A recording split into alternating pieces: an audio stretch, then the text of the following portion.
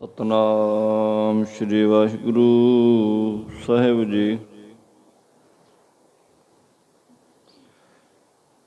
ਇੱਕ ਓੰਕਾਰ ਸਤਨਾਮ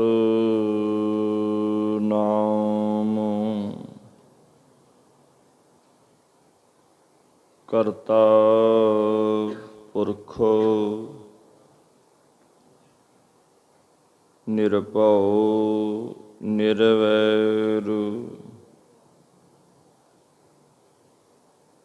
ਅਕਾਲ ਮੂਰਤ ਅਜੂਨੀ ਸੈਭੰ ਗੁਰ ਪ੍ਰਸਾਦਿ ਜਪੁ ਆਦਿ ਸਚ ਜੁਗਾਦਿ ਸਚ ਹੈ ਭੀ ਸਚ ਨਾਨਕ ਹੋਸੀ ਭੀ ਸਚ। ਆਏ ਪ੍ਰਭ ਸ਼ਰਨਾਗਤੀ ਕਿਰਪਾ ਨਿਧ ਦਇਆਲ। ਏਕ ਅੱਖਰ ਹਰਿ ਮਨ ਬਸਤੁ ਨਾਨਕ ਹੋਤੁ ਨਿਹਾਲ। ਜਿਉ ਬੁਲਾਵਹਿ ਤਿਉ ਬੋਲੇ ਸੁਆਮੀ ਕੁਦਰਤਿ ਕਵਣ ਹਮਾਰੀ। ਸਾਧ ਸੰਗ ਨਾਨਕ ਜਸ ਗਾਇਓ ਜੋ ਪ੍ਰਭ ਕੀ ਅਤਿ ਪਿਆਰੀ। ਬਿਨ ਸਿਮਰਨ ਜਿਉ ਜੀਵਨ ਬਲਣਾ ਸਰਪ ਜੈਸੇ ਰਜਾਰੀ। ਨਵ ਖੰਡਨ ਕਉ ਰਾਜ ਕਮਾਵੇ ਅੰਤ ਚੱਲੇ ਗੋਹਾਰੀ। ਤੁਧ ਆਗੈ ਅਰਦਾਸ ਹਮਾਰੀ ਜਿਉ ਪਿੰਡ ਸਭ ਤੇਰਾ। ਕਹੋ ਨਾਨਕ ਸਭ ਤੇਰੀ ਵਡਿਆਈ ਕੋਈ ਨਾਉ ਨ ਜਾਣੈ ਮੇਰਾ। ਕਹੋ ਨਾਨਕ ਸਭ ਤੇਰੀ ਵਡਿਆਈ ਕੋਈ ਨਾਉ ਨ ਜਾਣੈ ਮੇਰਾ। ਪਰਮ ਸਤਿਕਾਰਯੋਗ ਗੁਰੂ ਰੂਪ ਸਾਧ ਸੰਗਤ ਜੀ, ਵਾਹਿਗੁਰੂ ਜੀ ਕਾ ਖਾਲਸਾ ਵਾਹਿਗੁਰੂ ਜੀ ਕੀ ਫਤਿਹ। ਸਚਿਤ ਆਨੰਦ ਪਰਮਾਤਮ ਦੇ ਪੁਰੀ ਪੁਰੀ ਬਸੰਤਾ ਸਾਹਿਬ ਪੁਰਸ਼ਾ ਸ੍ਰੀ ਅਕਾਲ ਪੁਰਖ ਪਰਮਾਤਮਾ ਵਾਹਿਗੁਰੂ ਜੀ ਅਪਾਰ ਰਹਿਮਤ ਕਿਰਪਾ ਕਰ ਰਹੇ ਨੇ। ਸਾਡਾ ਕਲਯੁਗੀ ਜੀਵਾਂ ਦਾ ਸਤਿਗੁਰਾਂ ਦੇ ਪਾਵਨ ਉਪਦੇਸ਼ ਦੁਆਰਾ ਮਾਰਗ ਦਰਸ਼ਨ ਉਧਾਰ ਸਾਡਾ ਮਾਲਕ ਕਿਰਪਾ ਕਰਕੇ ਬਖਸ਼ ਰਹੇ ਨੇ। ਜਿੰਨੀਆਂ ਵੀ ਸੰਗਤਾਂ ਆਪ ਜੀ ਸ਼ਰਧਾ ਭਾਵਨਾ ਦੇ ਨਾਲ ਸਤਿਗੁਰਾਂ ਦੇ ਚਰਨਾਂ 'ਚ ਪਹੁੰਚ ਰਹੇ ਹੋ, ਸਭ ਧੰਨਤਾ ਦੇ ਯੋਗ ਹੋ। ਆਓ ਗੁਰਸਿੱਖ ਪਿਆਰਿਓ, ਲੜੀਵਾਰ ਕਥਾ ਵਿਚਾਰ ਦਾਤੇ ਦੀ ਕਿਰਪਾ ਦੇ ਨਾਲ ਪ੍ਰਾਪਤ ਹੋਈ ਹੈ। ਅਗਲਾ ਉਪਦੇਸ਼ ਮਹਾਰਾਜ ਕੀ ਸਮਝਾਉਂਦੇ ਨੇ, ਸ਼ਰਧਾ ਦੇ ਨਾਲ ਜੁੜੀਏ ਜੀ। ਕੱਲ ਜੋ ਵਿਚਾਰਿਆ ਸੀ ਕਿ ਧੁਰੋਂ ਵਿਛੁੰਨੀ ਕਿਉਂ ਮਿਲੈ ਗਰਮ ਮੁੱਠੀ ਮਿਲ ਲਾਏ। ਜਿਹੜੇ ਧੁਰੋਂ ਹੀ ਆਦਿ ਤੋਂ ਹੀ ਪਰਮੇਸ਼ਰ ਵੱਲੋਂ ਵਿਛੜੇ ਨੇ, ਉਹ ਅੰਤਰਮੁਖ ਹੋ ਕੇ ਪ੍ਰਮਾਤਮਾ ਨਾਲ ਕਿਵੇਂ ਮਿਲ ਸਕਦੇ ਨੇ। ਕਲਯੁਗੀ ਬੰਦਾ ਬੜੇ ਸਾਧਨ ਕਰਦਾ, ਬੜੇ ਇਸ਼ਨਾਨ ਕਰਦਾ ਤੀਰਥਾਂ ਤੇ ਜਾ ਕੇ। ਇਹਨਾਂ ਸਾਧਨਾਂ ਨਾਲ ਬੰਦੇ ਨੂੰ ਹੰਕਾਰ ਵੱਧਦਾ ਹੈ, ਅਗਰ ਦਿਖਾਵੇ ਦਾ ਤਾਂ। ਉਹ ਕਹਿੰਦੇ ਇਹ ਗੁਣਾਂ ਦੇ ਹੰਕਾਰ ਵਿੱਚ ਬੰਦਾ ਲੁੱਟਿਆ ਜਾਂਦਾ, ਫਿਰ ਬਿਰਲਾਪ ਕਰਦਾ, ਬਿਲਕਦਾ, ਪੱਲੇ ਕੁਛ ਵੀ ਨਹੀਂ ਜੀ ਪੈਂਦਾ, ਕੁਛ ਵੀ। ਤੇ ਮਹਾਰਾਜ ਕਹਿੰਦੇ ਆ ਵਿਛੜਿਆ ਗੁਰਮੇਲ ਸੀ, ਹਰ ਰਸ ਨਾਮ ਪਿਆਰ ਭਾਈ। ਕਹਿੰਦੇ ਜੋ ਵਿਛੜੇ ਹੋਏ ਜੀਵਾਂ ਨੂੰ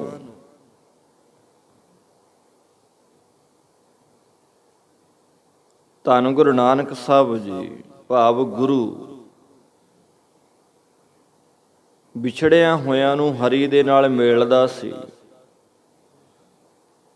ਹੁਣ ਵੀ ਮੇਲਦਾ, ਉਹ ਅੱਗੇ ਨੂੰ ਵੀ ਮੇਲੂ। ਵਿਛੜਿਆ ਮੇਲੇ ਪ੍ਰਭੂ ਹਰ ਦਰਗੇ ਕਾ ਵਸੀਠ। ਗੁਰੂ ਨਾਨਕ ਦਰਗਾਹ ਦਾ ਵਕੀਲ ਹੈ ਸਾਡਾ, ਭਾਵ ਸਿੱਖਾਂ ਦਾ। ਜਿਹੜਾ ਵੀ ਗੁਰੂ ਨਾਨਕ ਦੀ ਸੁਣਦਾ ਹੈ, ਉਹ ਮੇਲਦੇ ਸਨ, ਹੁਣ ਵੀ ਮੇਲ ਰਹੇ ਨੇ, ਅੱਗੇ ਨੂੰ ਵੀ ਮੇਲਣਗੇ। ਅਰ ਹਰ ਨਾਮੋ ਮੰਤਰ ਦ੍ਰਿੜਾਇੰਦਾ ਕੱਟੇ ਹਉ ਮੈਂ ਰੋਗ, ਨਾਨਕ ਸਤਿਗੁਰ ਤਿਨਾ ਮਿਲਾਇਆ ਜਿਨ ਧੁਰੇ ਪਿਆ ਸੰਜੋਗ। ਜਿਨ੍ਹਾਂ ਦੇ ਕਰਮ ਧੁਰੋਂ ਚੰਗੇ ਨੇ, ਧੁਰੋਂ ਸੰਜੋਗ ਹੈ ਜਿਨ੍ਹਾਂ ਦਾ, ਬਣਵਾਉਣਾ ਪੈਣਾ, ਉਹ ਅੱਗੇ ਨੂੰ ਵੀ ਮੇਲੂ।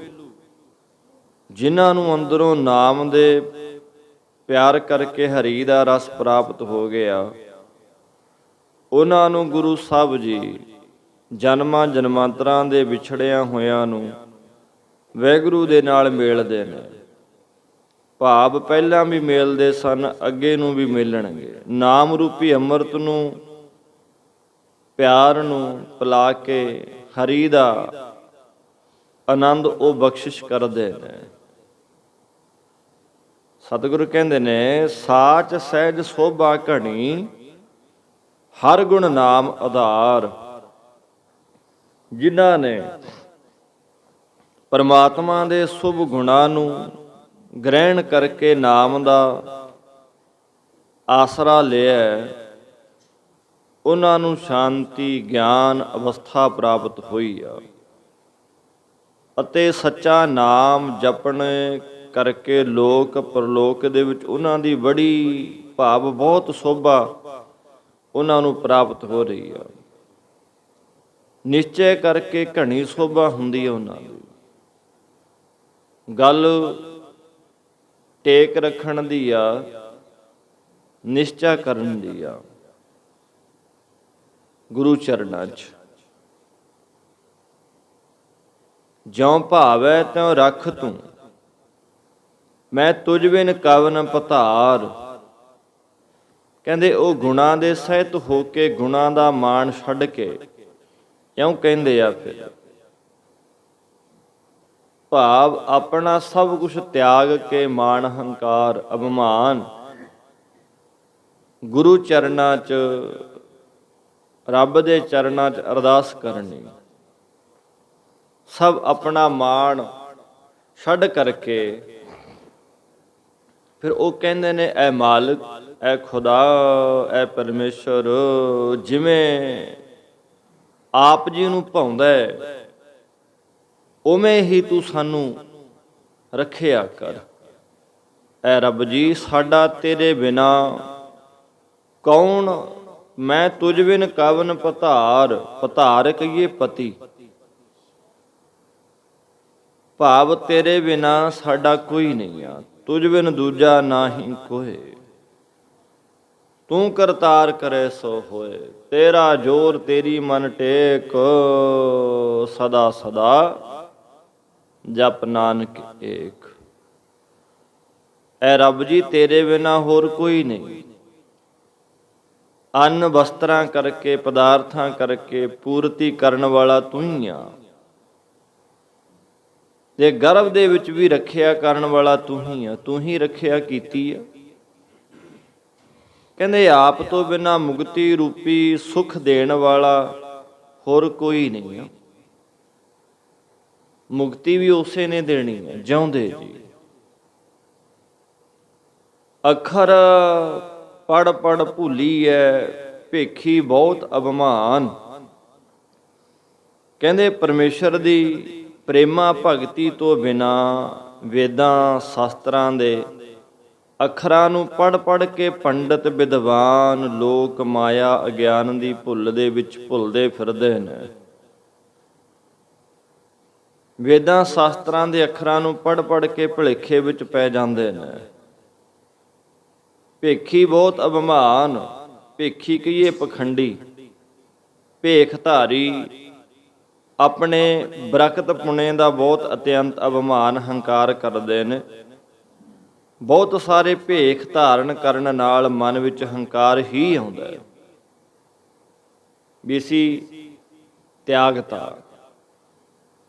ਲੋਕਾਂ ਨੂੰ ਵੀ ਬੜਾ ਕਹਿੰਦੇ ਆ ਮੈਂ ਤਾਂ ਤਿਆਗਤਾ ਸਭ ਕੁਛ, ਰੋਜ਼ੇ ਕਹੀ ਜਾਣਾ। ਤਿਆਗਿਆ ਕਿੱਥੇ ਆ? ਬਿਨ ਹੋ ਤਿਆਗ ਕਹਾਂ ਕੂ ਤਿਆਗੀ। ਇਹ ਨਹੀਂ ਵੀ ਪੈਸੇ ਤੋਂ, ਮਾਇਆ ਤੋਂ, ਪਦਾਰਥਾਂ ਤੋਂ, ਪਰਿਵਾਰ ਤੋਂ ਪਰੇ ਹੋ ਜਾਓ, ਨਹੀਂ। ਵਿੱਚੇ ਰਹਿ ਕਰਕੇ ਗੁਰਸਿੱਖ ਪਿਆਰਿਓ ਬਿਰਖਤ ਰਹਿਣਾ। ਗੁਰਮੁਖ ਮਾਇਆ ਵਿੱਚ ਉਦਾਸੀ, ਭਾਵ ਤਿਆਗਣਾ ਕੀ ਆ? ਬਿਨ ਹੋ ਤਿਆਗ ਕਹਾਂ ਕੂ ਤਿਆਗੀ, ਭਾਵ ਅਭਾਵ ਬਹੂਣਾ। ਜਿਹਨੇ ਮੈਂ ਨਹੀਂ ਤਿਆਗੀ ਉਹਨੇ ਫਿਰ ਤਿਆਗਿਆ ਕੀ? ਛੱਡਣਾ ਤਾਂ ਅਭਿਮਾਨ ਆ ਨਾ, ਛੱਡਣਾ ਤਾਂ ਹੰਕਾਰ ਆ, ਛੱਡਣੀ ਤਾਂ ਮੈਂ ਮੇਰੀ ਆ, ਉਹੀ ਛੱਡਣੀ ਹੁੰਦੀ। ਇੱਥੇ ਹਰ ਇੱਕ ਚੀਜ਼ ਵਿੱਚ ਅਸੀਂ ਆਪਣਾ ਨਾਮ ਚੇਤੇ ਰੱਖਦੇ ਹਾਂ, ਬੁਲਵਾਉਣਾ ਚਾਹੁੰਦੇ ਹਾਂ। ਬੜੇ ਭੇਖ ਧਾਰਦਾ ਬੰਦਾ ਉਹ ਭੇਖਾਂ ਕਰਕੇ ਹੰਕਾਰ ਹੀ ਬੋਲਦਾ, ਮਨ ਵਿੱਚ ਹੰਕਾਰ ਹੀ ਆਉਂਦਾ ਹੈ। ਤੀਰਥ ਨਹਾਤਾ ਕਿਆ ਕਰੇ, ਮਨ ਮੈਂ ਮਹਿਲ ਗੁਮਾਨ। ਫਿਰ ਕਹਿੰਦੇ ਤੀਰਥਾਂ ਤੇ ਨਹਾਤਾ ਕਿ ਇਸ਼ਨਾਨ ਕੀਤਾ ਹੋਇਆ ਕਿਆ ਕਰੇ, ਕੀ ਕਰੇਗਾ, ਭਾਵ ਕੀ ਫਲ ਹੋਣਾ ਜਦੋਂ ਮਨ ਹਿਰਦੇ ਦੇ ਵਿੱਚ ਗੁਮਾਨ ਕਹੀਏ ਹੰਕਾਰ ਦੀ ਮੈਲ ਮਲੀਨਤਾ ਭਰੀ ਹੋਈ ਆ। ਨਹਾਵਣ ਚੱਲੇ ਤੀਰਥੀ, ਮਨ ਖੋਟੈ ਤਨ ਚੋਰ। ਇੱਕ ਪਾਉ ਲੱਥੇ ਨਾਥਿਆਂ, ਦੋ ਪਾ ਚੜੀਏ ਸੁਹੋਰ। ਸਾਧ ਪਲੇ ਅਣਨਾਤਿਆਂ, ਚੋਰ ਸੇ ਚੋਰਾਂ ਚੋਰ। ਬਾਹਰ ਧੋਤੀ ਤੁਮੜੀ, ਅੰਦਰ ਵਿਸ ਨਕੋਰ।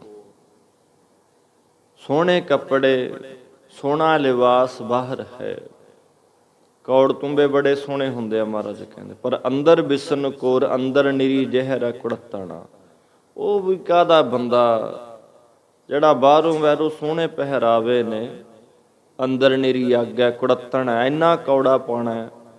ਛੱਡੋ ਗੱਲਾਂ। ਫਿਰ ਸਾਧ ਭਲੇ ਅਣਨਾਤਿਆਂ, ਚੋਰ ਸੇ ਚੋਰ ਸੋਰ। ਜਿਹੜੇ ਸਾਧ ਨੇ, ਸਾਧ ਕਹੀਏ ਜਿਨ੍ਹਾਂ ਨੇ ਆਪਣੇ ਮਨ ਨੂੰ, ਇੰਦਰੀਆਂ ਨੂੰ, ਸਰੀਰ ਨੂੰ ਸਾਧ ਲਿਆ, ਜਿਹਦੇ ਕਰਮ ਨਿਰਮਲ ਹੋ ਗਏ ਪ੍ਰੇਮੀਓ, ਉਹ ਸਾਧ ਆ। ਜਿਹੜਾ ਵਿਕਾਰਾਂ ਵੱਲੋਂ ਹਟਿਆ ਹੀ ਨਹੀਂ, ਕਾਹਦਾ ਸਾਧ ਆ? ਕਾਹਦਾ ਬਾਣਾ, ਕਾਹਦਾ ਪਹਿਰਾਵਾ ਸਿੱਖੀ ਦਾ, ਧਰਮ ਦਾ? ਅਸਲ ਦੇ ਵਿੱਚ ਆਪਣੇ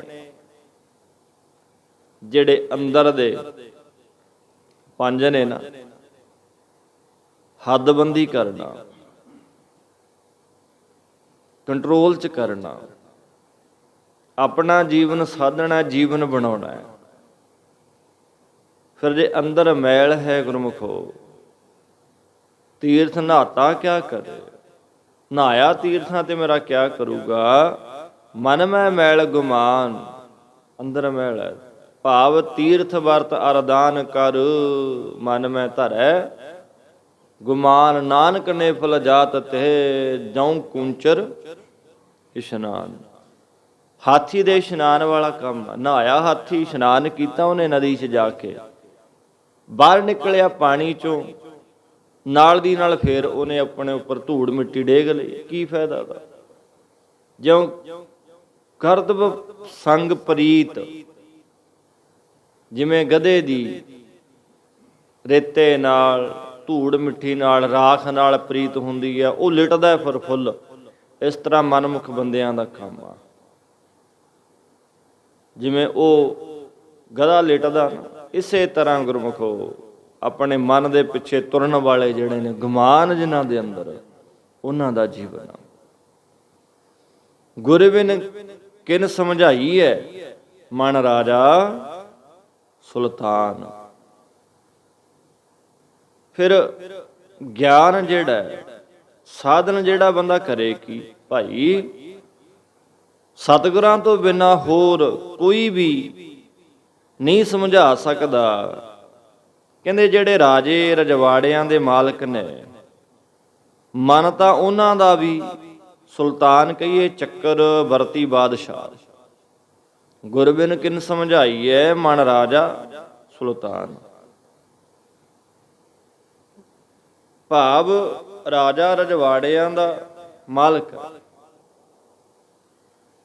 ਮਨ ਤਾਂ ਉਹਨਾਂ ਦਾ ਵੀ ਸੁਲਤਾਨ ਹੈ। ਸੁਲਤਾਨ ਕੇ ਚੱਕਰਵਰਤੀ ਬਾਦਸ਼ਾਹ। ਮਨ ਕਹਿੰਦਾ ਕਿ ਮੇਰੇ ਵਰਗਾ ਕੋਈ ਨਹੀਂ, ਮੈਂ ਪਾਤਸ਼ਾਹਾਂ ਦਾ ਪਾਤਸ਼ਾਹ, ਇੰਦਰੀਆਂ ਦਾ, ਪ੍ਰਾਣਾਂ ਦਾ ਮਨ ਚੱਕਰਵਰਤੀ ਬਾਦਸ਼ਾਹ ਬਣਿਆ ਬੈਠਿਆ। ਮਨ ਹੰਕਾਰ ਦੇ ਟਿੱਬੇ ਤੋਂ ਉਤਰਦਾ ਹੀ ਨਹੀਂ। ਮਨ ਅੰਤःਕਰਣ ਦੇ ਅੰਦਰ ਹੰਕਾਰ ਰੂਪੀ ਤਖਤ ਬਣਾ ਕੇ ਬੈਠਾ ਹੈ। ਇਸ ਨੂੰ ਕਿੰਜ ਸਮਝਾਇਆ ਜਾਵੇ? ਜਿਹੜੀ ਅਸੁਰੀ ਸੰਪਦਾ ਨਾ, ਅਸੁਰੀ ਕਹੀਏ ਰਾਖਸ਼ ਬਿਰਤੀ, ਸ਼ੈਤਾਨ, ਰਾਖਸ਼ ਬਣਨਾ, ਇਹ ਜਿਹੜੀ ਸੰਪਦਾ ਹੈ, ਇਹਨੂੰ ਵਿਗਾੜਨ ਵਾਲੀ ਆ। ਉਸ ਨੂੰ ਆਪਣੀ ਪਰਜਾ ਸਮਝੀ ਬੈਠਾ, ਦੈਵੀ ਸੰਪਦਾ ਨੂੰ ਗਵਾਈ ਬੈਠਿਆ।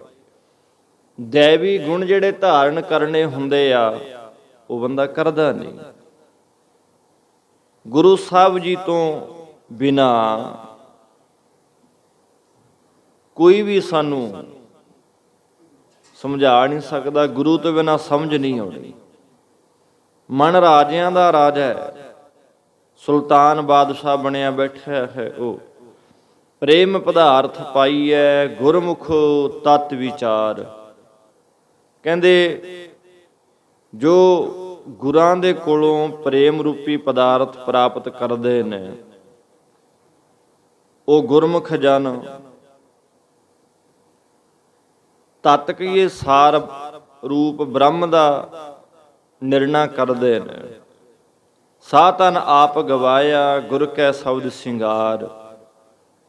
ਜਿਸ ਜਗਿਆਸੂ ਰੂਪ ਇਸਤਰੀ ਨੇ ਗੁਰੂ ਦੇ ਉਪਦੇਸ਼ ਨੂੰ ਕਮਾਉਣਾ ਕੀਤਾ ਨਾ, ਭਾਵ ਕਮਾ ਕੇ ਉਹ ਕਮਾਉਣਾ ਰੂਪੀ ਸਿੰਗਾਰ ਕੀਤਾ, ਉਸ ਜਗਿਆਸੂ ਰੂਪ ਇਸਤਰੀ ਨੇ ਆਪਾ ਭਾਵ ਹੰਕਾਰ ਗਵਾਇਆ, ਭਾਵ ਆਪਣਾ ਆਪ ਤਿਆਗਣਾ ਕੀਤਾ, ਹਉਮੈ।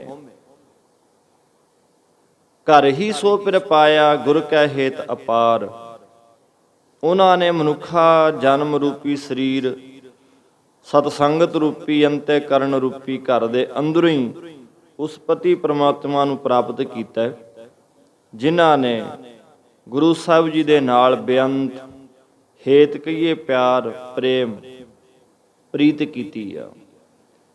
ਜਿਨ੍ਹਾਂ ਨੇ ਗੁਰੂ ਨੂੰ ਆਪਣਾ ਸਮਝ ਲਿਆ, ਆਪਣਾ ਬਣਾਈਏ ਉਹਨੂੰ, ਉਹ ਬਣਨ ਨੂੰ ਤਿਆਰ ਆ। ਪਰ ਅਸੀਂ ਕਲਯੁਗੀ ਜੀਵ ਉਹਦੇ ਬਣਨਾ ਨਹੀਂ ਚਾਹੁੰਦੇ। ਕੋਸ਼ਿਸ਼ ਹੋਵੇ ਬੰਦੇ ਦੀ, ਸੱਚਾ ਸਨੇਹ ਹਮਰੋ ਕਰਤਾ ਰਾਮ ਸਨੇਹੀ, ਕਾਹੇ ਰੇ ਨਰ ਗਰਭ ਕਰਤ ਹੋ ਬਿਨ ਸਜਾਹੇ ਝੂਠੀ ਦੇਹੀ। ਉਹ ਕਹਿੰਦੇ ਫਿਰ ਗੁਰ ਕੀ ਸੇਵਾ ਚਾਕਰੀ ਮਨ ਨਿਰਮਲ ਸੁਖ ਹੋਏ।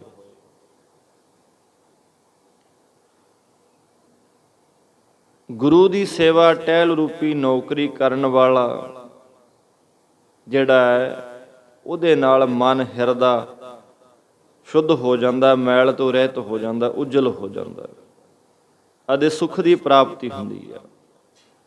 ਗੁਰੂ ਸਾਹਿਬ ਜੀ ਦੀ ਜਿਹੜੀ ਚਾਅ ਨਾਲ ਭਾਵਨਾ ਸਹਿਤ ਹੋ ਕੇ ਸੇਵਾ ਕਰਨੀ ਆ ਨਾ, ਇਹ ਚਾਕਰੀ ਨੌਕਰੀ ਹੈ। ਗੁਰੂ ਸਾਹਿਬ ਜੀ ਦੀ ਸੇਵਾ ਜਿਸ ਪ੍ਰਕਾਰ ਨੌਕਰ ਨੌਕਰੀ ਕਰਦਾ ਹੈ, ਜੇ ਬਹੁਤੀ ਤੇਜ਼ ਮੂਲੇ ਧਰ ਵਰਖਾ ਹੋਵੇ ਤਾਂ ਵੀ ਸਿਪਾਹੀ ਦੀ ਡਿਊਟੀ ਛੱਡ ਕੇ ਨਹੀਂ ਜਾਂਦਾ, ਉੱਥੇ ਹੀ ਆਪਣੀ ਡਿਊਟੀ ਤੇ ਹਾਜ਼ਰ ਰਹਿੰਦਾ।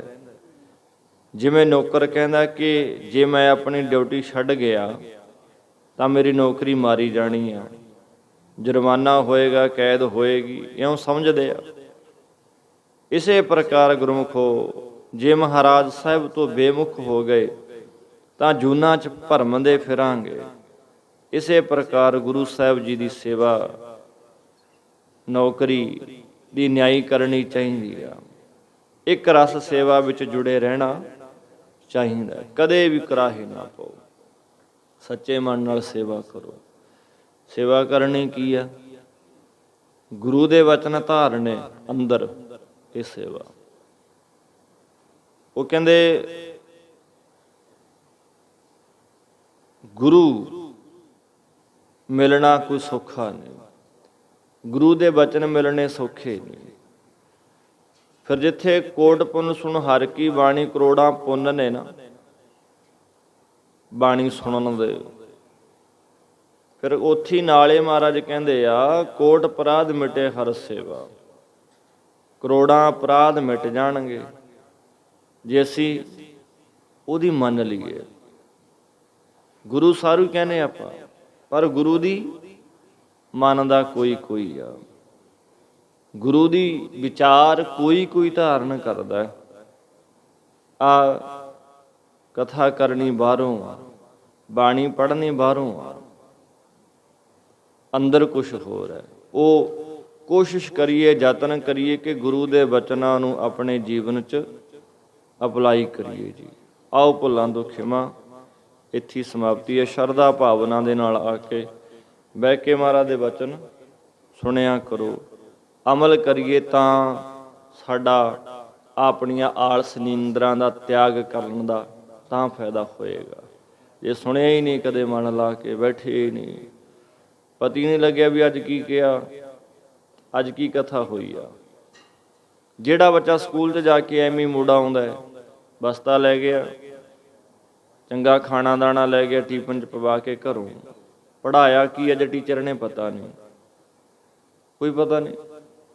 ਤੇ ਜਿਹੜਾ ਮਨ ਲਾ ਕੇ ਪੜ੍ਹਾਈ ਕਰਦਾ, ਸੁਣਦਾ ਟੀਚਰ ਕੀ ਪੜ੍ਹਾਉਂਦਾ, ਉਹ ਪਾਸ ਹੁੰਦਾ, ਚੰਗੇ ਨੰਬਰ ਆਉਂਦੇ ਆ। ਇਹ ਦੁਨਿਆਵੀ ਗੱਲਾਂ ਨੇ, ਪਰ ਗੁਰਮੁਖੋ ਇਹ ਦੁਨਿਆਵੀ ਗੱਲਾਂ ਦੇ ਵਿੱਚੋਂ ਹੀ ਸਾਨੂੰ ਅਧਿਆਤਮਕ ਰੱਬ ਦਾ, ਪਰਮੇਸ਼ਰ ਦਾ ਬੋਧ ਹੁੰਦਾ ਹੈ।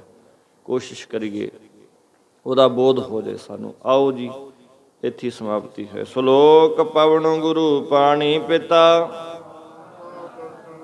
ਦਿਵਸ ਰਾਤ ਦੋਇ ਦਾਈ ਦਾਇਆ, ਚੰਗਿਆਈਆਂ ਬੁਰਿਆਈਆਂ ਕਰਮੀ ਆਪੋ ਆਪਣੀ, ਜਿਨੇ ਨਾਮ ਤੇ ਆਇਆ ਨਾਨਕ ਤੇ ਮੁਖ ਉਜਲੇ। ਜਿਨੇ ਨਾਮ ਤੇ ਆਇਆ ਨਾਨਕ ਤੇ ਮੁਖ ਉਜਲੇ। ਵਾਹਿਗੁਰੂ ਜੀ ਕਾ ਖਾਲਸਾ, ਵਾਹਿਗੁਰੂ ਜੀ ਕੀ ਫਤਿਹ।